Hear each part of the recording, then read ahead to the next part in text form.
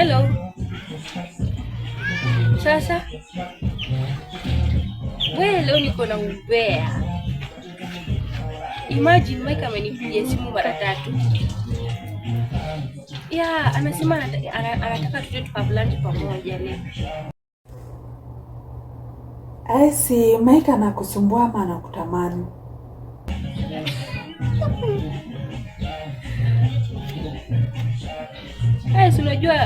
Unajua Mike ni boy wa Kev. So siwezi mix. Haki wewe pia, ati huwezi mix. You are not a robot girl. Sometimes love huja bila warning. Remember what you always tell me. Feelings haipangu inatokelezea. Siwezi haribu friendship yao by the way. Aizi. Usiwaze sana, kama ni real, itaflow bila kuforce. Yeah. Okay, bye. I will let you know. Kevo, jizi nilikatch feelings nikikuona, but leo nimekuja kusema asante. Ulivyosema,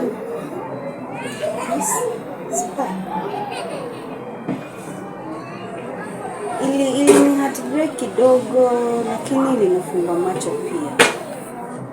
At least sasa, sumona vile nilikuwa nataka. Sio beef, ni closure. Ndio.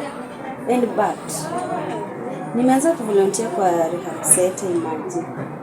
Nataka kusaidia watu wenye wanajaribu kufeel kama mimi. That's dope Nesha. Tukisamee dunia inakuwa nyepesi kidogo. So keep it up Nesha.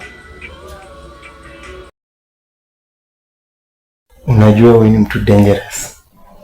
Ukipotea siku mbili, wallahi vibe yangu inachoka. Eti vibe yako? Wewe ni comedian, wewe ni philosopher tu wa emotion. Philosopher wa one heart. Na your heart iko confused juu yako. Hizi ni gani unaniambia Mike shwari?